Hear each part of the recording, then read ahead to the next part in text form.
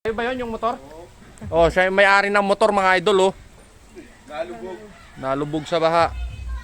Tara, i-check natin. Uli natin yung motor mga idol. Ito. Oh.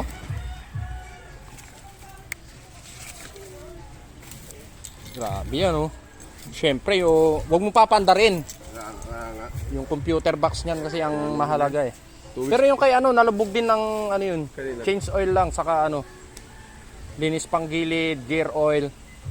2 weeks ko ano muna yan. Oh, patuluan mo muna. Tulungan ko muna. Eh ba't saan mo yung dinadaan yan?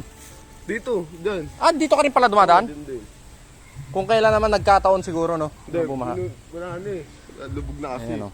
Si idol natin. Kawawa naman, nabaha yung motor nyo. Bili nga ng bago. Bili na bago. Mahal pa rin yan kahit sabi mong Rusi yan. Tagal ko na ano yan.